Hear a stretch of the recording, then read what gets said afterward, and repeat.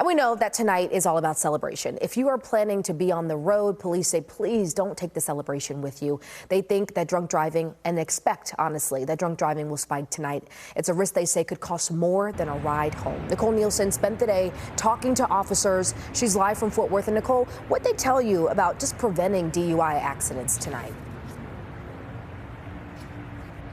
Yeah, Nicole, well, exactly that, right? They are preventable. If you have to get out tonight, you want to make sure that you stay vigilant and remember that it's not just your driving that you have to be worried about. And if you plan to drink and then get behind the wheel, just know that one night can change everything. We received a knock on the door. Two police officers. Prissa Oshuson still vividly recalls the night her world stopped. It was almost 2 decades ago when she learned her brother was killed by a repeat drunk driver. He told the judge that he only had 2 beers, and that changed our lives forever. Now she's turned her grief into action, dedicating her life to educating others about the devastating impact of driving impaired. My goal is to, at least reach one person. You don't want anybody to lose a loved one, but especially when the crime is 100% preventable.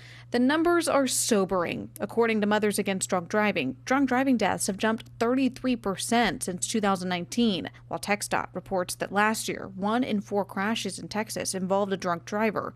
And the holidays only increase those odds. Best $50 you ever spent is on Uber, Lyft, or a taxi. Dallas lawyer Chad Ruback knows the costs all too well. If you're convicted of a one-time DWI, you've never, ever had a drink and driven before, you're going to spend a minimum, if convicted, of 3 nights in jail. You're going to be fined up to $2,000. You might not be able to drive for a year. So as the clock strikes midnight, both Dallas and Fort Worth police say they will patrol busy roads. We certainly anticipate a lot of driving out there, unfortunately a lot of drunk driving, so we are going to be out in full force. We're not going to give anyone a free pass. Last year, within a 24-hour period, I believe there was over 40 arrests for DWIs. They warn, even if you're sober, you still need to be vigilant. You never know who's sharing the road with you. If you see anyone that's unable to maintain their lane, they're driving a little too slow, maybe they're swerving a little bit, do what you can to avoid that individual.